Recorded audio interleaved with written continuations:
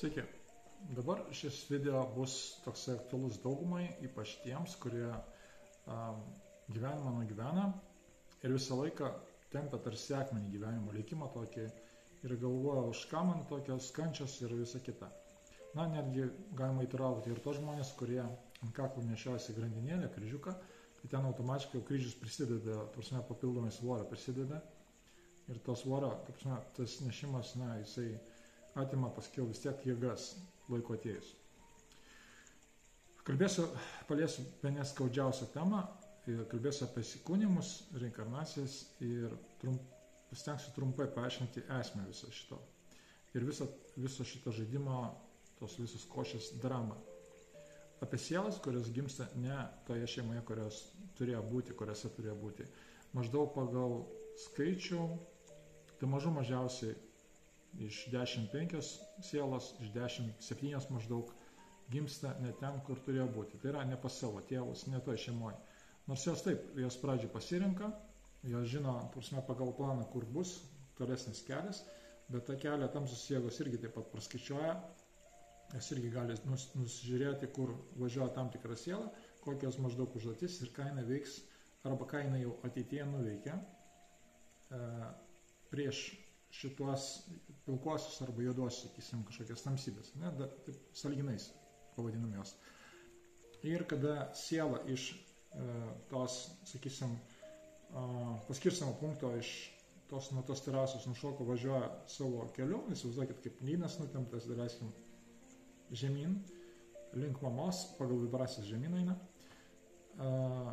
Ir juodžiai, žinodami tos sielos užduotį, tos sielos darbus, kurie bus padaryti jai įsikūnijus kitame naujame kūne, jie parenka šeimą, kuri ne tik kad asociali, bet ir sunkesnė.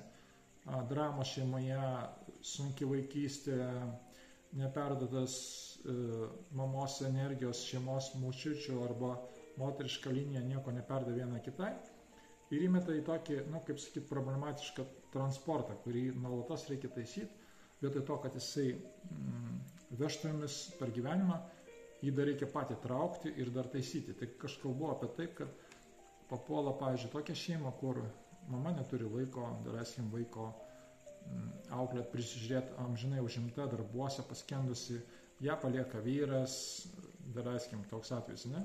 Dažnas yra. Daug skausmų ir tada vaikas reikalauja savo dėmesio, tai jau vien tik tai to paprasto elementaraus motiniško instinkto dėmesio, pagal instinkto normas, jos visai nedidelės yra, duot valgyti, nupraust vaiką, paguldyti. Tai čia jau be meilės yra, be mamos meilės. Mamos meilė yra daug daugiau aukščiau ir truputį apie kitai kalbama. Jis negauna nieko, prašo nors kažkiek tai gauti, jis negauna nieko, plus dar gauna lūpti, atstoktų nuo manęs, tu mane šknisai. Daug vaikų išgirdo vaikystėje tokias kalbas iš savo tėvų. Atstok, tu gali pats surasti žaisti, eik, kodėl draugų neturi ir taip toliau. Tokie kaip ir priekaištai gaunasi ir dažnai dar jos ir tokius vaikus dar ir prilupa. Nuo 2 iki 3 metų jau kai kurie gauna, kaip sakant, per dupsį nuo mamos. Visiškai nekalti. Dėl to, kad jie iššoko ne į tą šeimą. Ir juodžiai, jie trina rankas. Jie susidaro planą nuo pat gimimo, atėjo siela į mamą. Nuo pat gimimo, gimdymo namuose stovi dar keli veikėjai. Čia regresinėse matosi, tai su kapišonais, velniai, ateiviai, ko tik nori. Personalas pats irgi, tas medikų personalas, kuo aukštesnis pareigos, to didesnė galimybė, kad jisai bus ne žmogus. Apie tai galite pažiūrėti filmą Jupiterės pakylėjimas, ten galite pamatyti, kas yra medikai iš tikrųjų. Ir kada siela gimsta, jau pas mamą būnant, jau prisaksto tam vaikeliui daug visko. Pavyzdžiui, man irgi, daleiskim, užmetė bambagyslę, ten aš dusau prieš pat gimimą ir vos mane ištraukė. Ir kada siela ta gimsta, man daleiskim 2-3 metukai išėjo, iš karto visi lekia, eik nešk, ten vaikas rėkia blogai vaikui, nešk pakrikštyti. Vaikas tuo metu, realiai, senovė dar tų, kaip sakant, nešaudė su vaistais labai dažnai į vaikų į dupsę, Tai vaikai dar galėjo matyti šio bei to. Ir kad jie būtų ramesni, dar sugalvojo tokį filmą apie Čeburašką ir krokodilą Geną, kur verstukas ir krokodilas Gena. Tai prasme, yra tokių rūšių ateiviai, kurie panašus, kad vaikai nesigazintų. Buvo sukurti tokie filmai ir tarsi jie gavosi kaip ir geriai personažai. Tai jeigu vaikui kraštiniu žvilgsniu tai pasirodė, dar esant 2,5-3 metų vaikas jau gali matyti tas kitas erdves, sakysim, kitus išmatavimus, tam, kad nuraminti, tiesiog buvo prikurta tokių filmų, kad jis nesigazintų, kad tai skaitytų, kad tai normalu. Ir toliau leido savo gyvenimą kaip išėjo. Ir, aišku, daugelis jų išsigąsta, nes tie nelabai tokie simpatiškai atrodo. Ir pradeda vaikas, pavyzdžiui, naktį klikti, jeigu ten vaiką tampo tie, bando prisekti, nusimti energijos, kažkas tokio, vaikas klikia ir tada sako, vaiką, pavyzdžiui, pakrikštykit. Atveda vaiką į bažnyčią, o ten Dievo tai realiai tai nėra, tik tai iliuzija, o ten stovi taip. Dažniausiai aš vėlgi sakau iš praktikos, iš teorijos, kai sensi žiūrint su mediumu, kunigas šalia kunigo arba prie pat arba jį įlindęs kitas, dažnai su uodega, gali būti raguotas, gali būti reptas, reptilodės, drąsim kažkoks tai kiti ateiviai. Ir gali būti pilna bažnyčia jų, tarsi tų, kurių jūs nematot realiai. Ir vaiką atneša dar jam uždaro trečią akį, tai yra užbrėžia kryžiaus ženklą. Ir kuo šviesesnė siela, tuo didesnis padaromas poveikis. Ir tuo pačiu ta sielos gritinėlė, tai yra aktyvioji dalis, jeigu, pavyzdžiui, paviršim, tokį sluoksnį, ne, paviršiu yra tas aktyvioji sielos dalis, kuri gali už save pastovėti, kuri gali pasakyti, ne, aš nenoriu šitą, aš nedarysiu, va šitą nuima. Ir visiems vaikams, kurie gavo krikštą, jam nuimama aktyvioji sielos dalis ir tas pajungiama pasakoma šalia, bet ne kartu. Tokiu būdu vaikai nuo mažens tarsi tampa tokie, kaip paklusnus kaip avelės, be savo charakterio, nes charakteris realiai vaiko mažo susiformuoja po 5-7 metų, paskiau jau faktiškai jo perauklėti neįmanoma ir saugo savistovę kaip savistovę sielą. Negi taip nupešiotas šviesus vaikas, vis tiek jis stengiasi dar lipti kabarotis, bet jeigu dabar šiais laikais, pavyzdžiui, prišaudė į petį visokio šlamšto, kuris blokuoja vaikų matymą, mąstymą, brendimą, iš visą evoliuciją, sakysim, sielos, tai aišku, iš jo ten paskiau nieko nesigauna ir jis jau pavargęs tiesiog suskleidžia sparnus ir jos taip pat apkerpa arba pririša. Sense taip pat matosi tokie vaikai, kurie būna, pavyzdžiui, arba apkirpti sparnai, dalesnį kaip energetiškai sakant, ne, arba surišti, arba nukirpti visiškai. Kaip tokie, sakysim, kaip drugeliai su nukirptais sparnais. Jis skris negali plasnuoti, taip, plasnuoja, bet pakilti negali. Tai maždaug yra apie tas šviesias sielas. Ir kuo šviesesnė siela, kuo jos aukštesnis planas, iš aukščiau jinai nusileidus, tuo labiau pridaroma jai šiandame gyvenime, šičia žemė reikalų. Dabar pasakysiu, dėl ko taip paminėjau. Buvo atlikti gal 5 seansai iš viso. Ir bandymas perrašyti sielos atėjimo taką, šiek tiek pakeisti scenarijų. Detalių nesakysiu, kad, galbūt nepakenkti tam pačiam procesui.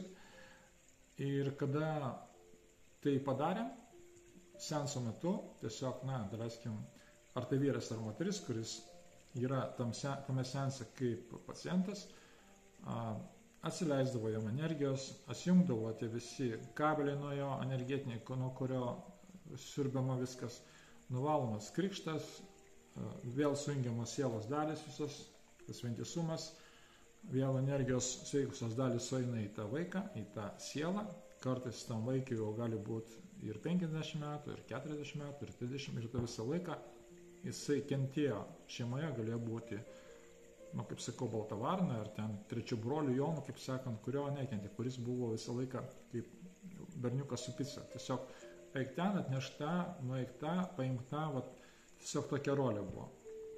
Tam, kad jisai niekada nesusipratėtų atsigręžti į savo sielos paskirtį, savo sielos misiją, ir padarytų tai, ką jis turėjo dabar šitame gyvenime padaryti.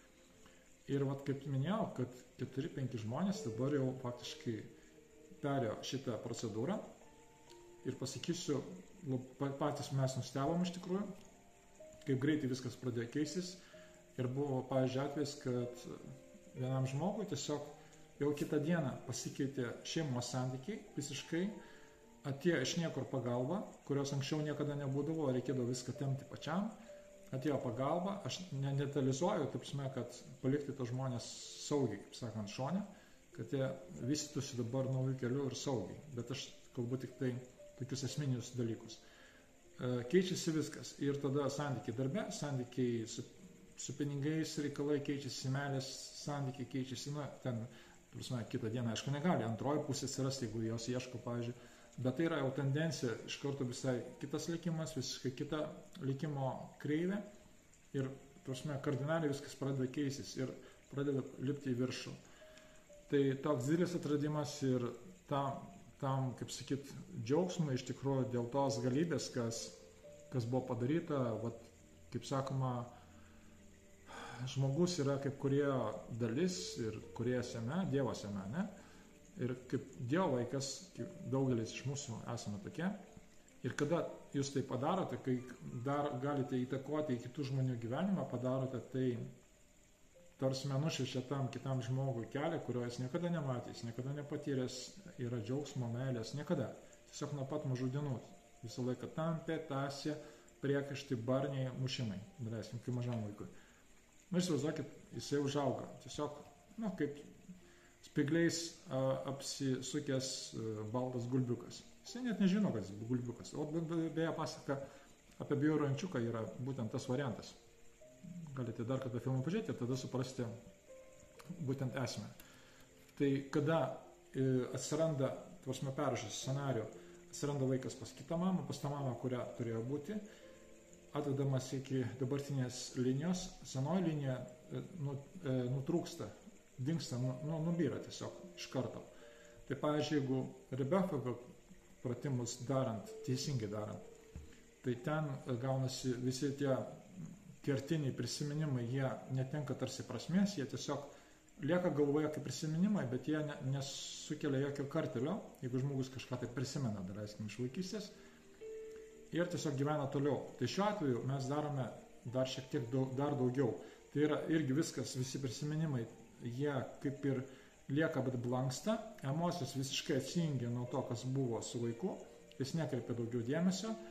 Aišku, tai yra, tuo metu vyksta tokie perversmai, būtent seanso metu tomis akimirkomis, kad tiesiog žmogus apsiverkia ir jis nežino, ar iš džiaugsmo verkia, ar jis iš laimės verkia, ar jisai iš nuoskaudos paleidžia, jis tiesiog nesupranta, tiesiog eina ašaros, bet daugiausia tai džiaugsmo ašaros. Tai yra išeina tie visi blokai. Ir mes skatiname seansą būtinai būtent tą procesą, kad tiesiog žmogus įsiverktų ir jam iš karto lengva. Ir žmonės pradeda jausti tokias emocijas, kurios niekada gyvenime nebuvo jautę ir pradeda gyventi kitaip. Kodėl mes tai darom? Stengiamės daugiausia padėti šviesiukam, kurie yra svarbesni netgi už 100 paprastų, kaip sakant, muštų. Palyginimų aš kalbu. Ne dėl to, kad, kaip čia pasakyti, nežiūrint ten kažkokios finansinės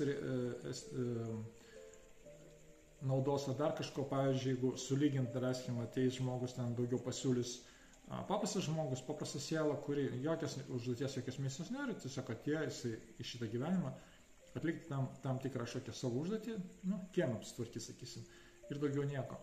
Ir ateis kitas, kuris neturi tiek, negali tiek susimokėti už tą darbą, tai mes paimsim vis tiek tą, kuris yra svarbesnis, kuris yra atėjęs vesti paskui save žmonės, skleisti šviesą ir su ta šviesa užkrėsti kitus. Tarsi parodyti, kad jisai yra Dievo vaikas ir tą Dievo galybę visą spinduliuoti aplink save. Kaip kažkada tai atėjo Jėzus. Tokių yra dabar žmonių daug. Ir dabar po šito, kai aš pasakiau, jūs daugelis iš jūsų tiesiog įjungsite tokią kontrolę, savyje perėsit per šitą pasakojimą dar kartą ir suprasti, daugelis iš jūsų suprasti, kad su jumis taip pat atsitiko tas pats nutikimas, kad jūs tiesiog atsidurite ne savo šeimoje. Dažnai būna ir mama ne ta, ir broliai ne tie, ir tėvas ne tas.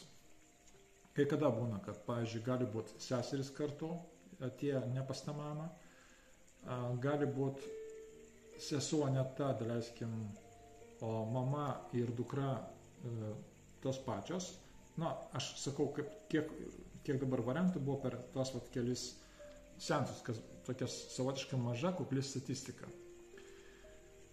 Ir dabar gavosi, kad padarėm, visiems pavyko, visi pajautė tos pokyčius, energetiškai ypač, kada pradėjo kūnas keisti, tirpti kažkurį laiką kojas, pradėjo tiesiog, kaip sakant, kūnas atgyti, energijos pradėjo vaikščioti. Tuo pačiu metu tiesiog sensą darant, atklijuojant, atkabinant tos senus dalykus, nuimant krikštą, tos kryžius visus tos antrankius, kaip sakant, energetinius nuo žmogaus, atkabinant, išlaisvinant, ir žmonės pradėjo jausti tiesiogiai tuo pačiu metu, senso metu pradėjo jausti būtent tą palengvėjimą. O kitą dieną faktiškai jau gali eiti į laukus ir tiesiog šokti lietoje, sniege, pūgoje, nesvarbu. Tiesiog jau jam visiškai vienodai, nes jis pajaučia tokias erdvės, tokias energijas, kurių niekada iki šiol nepajautė. Gyvendamas tos 14 arba keliasdešimt metų šiame gyvenime, šiame sielos įsikūnijime. Na ir dar viena džiugi žinia, tai irgi, kada aš dar iš temos neiškrypstu faktiškai, čia kaip gaunasi ir tas pas, visi prisimenat filmą Matrica, kaip atsikelia iš stiklinio dangčio gaubto, atsikelia pats Neo ir jam atkabina tos šliuzus, prijungimus, kabelius ir jisai išeidinėja iš tos kapsulės. Tai šitas iš tikrųjų procesas įvyko dabar, įvyko su žmonėm, kurie yra ir Lietuvoje, ir tas procesas vyksta iki šioliai ir dar vyks kažkurį laiką. Nekalbant to, dar tie kiti mes, kitas mūsų dalis kita, buvo sujungta visų, kurie atsikėlė tenai, buvo sujungta su savo fiziniais kūnais čia žemėje. Todėl daugeliu gali praeiti netgi šitai girdint šiurpas šiuo metu, esamų momentų. Per nugarą tiesiog perės kaip patvirtinimas. Daugeliu gali atsirasti dėžavų jausmas, kad jūs vieną ar kitą žmogų kažkur tai ryškiai matėt, nors realiai jūs neturėjote sutikti. Tai tokie procesai dabar vyksta žemė ir dėl to tas nušvietimas ir tie visi tobulėjimai ir spaudimai savotiškai tuo pačiu mūsų šalies, jie nesitiktiniai, jie taip dabar vyksta, dėl to, kad kiek galima nutemti juodžiukų pabuvimą čia žemėje ir išsinešti, kiek įmanoma persikrauti turto, kaip piratai. Nors mes žino, kad turi išplaukti iš šitos salos, bet dar kažkurį laiką gali prisiplėšti. O vibracijos patys jaučiate kokios, į lauką išėjus norisi fotografuoti bet ką, žolę, medį, vabaliuką, paukštį, nes jausmas būnant tenai yra kitas, nes, kaip sakiau, matrica perkeista, yra visai kitos vibracijos, visai kiti atėjo laikai, kaip sakant. Ir kai jūs dabar jau suprantate, dėl ko visą tai vyko, jūs dar galite pastebėti, kad laikas taip pat išsitempęs, laikas neskuba taip, kaip anksčiau buvo, iki naujų metų, pavyzdžiui, laikas dabar žymiai lėčiau teka, vietoj 16 valandų, kurios parbėgdavo per tas 24 valandas, dabar vietoj 16 pasidarė 18 ir to 20 ir 21 ir paskui atsistos iki 24. Tai ir mes atsirasim į tą laiką, kada buvo tie, kaip sakoma, sovietiniai laikai, tai yra ne dėl to, kad ten tokia santvarka buvo. Ten irgi buvo eksperimentas, ten irgi buvo savotiškas šiltnamis, mumis augino sekančiam etapui, kad mumis išmesti iš vežimo žalius ir paskui nuo mūsų pešio, ten daleiskim mūsų medų. Tas laikas buvo dėl to, kad pats laikas lėčiau ėjo, buvo ramybė ir nebuvo sudrumsta, dar juodžiai nestipriai spaudė, dar tuo metu kaip tik ateidinėjo ir indigo sielos į žemę. Tai kalbu apie 80 metus, 85, ten 90 maždaug tas laikas. Ir 97 paskiau dar vienas etapas, keitėsi galbūt žemės kuratoriai, tai juodžiai, sakysim, vienas iš kitų perėmė pareigas, galbūt. Ir todėl sunkėjo viskas. Na ir atsirado paskui visokie teraktai ir karai ir taip toliau, visokias nesąmonės. Tai pradžiai tiek, kitame video aš pakalbėsiu dar kitom svarbiom temom, o kol kas atsisveikinu su jumis, dėkoju, kad žiūrite ir šviečiate kitus, rodydami šitą filmą taip pat. Jis yra labai svarbus. Dėl seansų, aš žinau, kad daugam kils noras, kaip sakant, tą dalyką ne tik išbandyti, bet sutvarkyti, tai jūs paspausite nuorodą, kuri bus filmo aprašyme pačioje, ir ten pakliusite į tą puslapį, kur aš galėsiu jums atsakyti jums rūpimus klausimus, tik supraskite, kad jūsų bus daug. Ne visą laiką aš budžiu, aš neturiu asmeninės sekretorės ir todėl aš atsakysiu ne iš karto, ne tą pačią sekundę, ne tą pačią minutę ir galbūt ne tą pačią dieną. Atsižvelgdamas į tai, kiek tai yra svarbu, aš žiūrėdamas į savo pusės arba ir savo galimybės taip pat, nes aš nenoriu tų savo resursų, psichinės energijos taškyti kairį dešinę, irgi aš priimsiu sprendimus, ta prasme, ar su vienu žmogum galėsiu dirbti arba ne, arba sakysiu, truputį palaukit, yra dar sunkesnis atvejis ir tą sunkesnį atvejį reikia sutvarkyti, svarbesnis. Tai tiesiog supratingumo norėčiau iš jūsų, tiems, sakau, kurie norės šitą išbandyti arba sutvarkyti. Bet, sakau, tvarkymas toks bus kardinaliai, kada jūs tiesiog vakare padarėte seansą, tuo pačiu metu jau prasideda kitas miegas, kiti sapnai, iš ryto įsikėlate visiškai kitų žmogum, faktiškai jūs peršytas, realiai tai išbandyta. Ir šitam momentui, šitam kartu aš sakau, kad kol kas daugiau niekas pasaulyje šito nedaro. Tas resetas savotiškas sielos buvo padarytas su kūrėjo leidimu, tiesiog, pasiekėm tokį lygį arba įgavom savotiškai pasitikėjimą, kad mums duoti buvo tai įrankiai, kad mes galėtume tai daryti. Tie žmonės, kurie tą seansą jau perėjo, jie suprato, kas su juo vyksta, paaiškinti negali, bet jie suprato būtent eigą, būtent rimtumą ir tą kitokį lygį vedimo ir to seanso pačio procesą kitokį negu kitur kažkur įmanoma. Įrašai neplatinami, jie niekam nerodomi ir nepaturiu tiem žmonėm, kurie turės tą įrašą, savo įrašą, savo seanso, kažkam labai ten smarkiai ypač nesiųsti. Prašyčiau, o tik tai galite momentą kažkokį duot paklausyti. Ir turėti savo, kad kiekvieną kartą nueidami tenai galėtumėt įeiti dar kartą tą būseną ir ją pasigerinti, pasiturbinti. Tai kol kas tiek apie šitos dalykus, nors jie atrodytų kai kosmosas kažkam, tai bet patikėkit man, jie bus labai svarbus tolimesniam jūsų gyvenimo etape, nes jums reikės priimti tam tikrus sprendimus, faktiškai kertiniai, esminiai pasikeitimai bus, kurie nulems paskiau visą tolesnį jūsų likimą į geresnę pusę. Ačiū jums visiems, iki.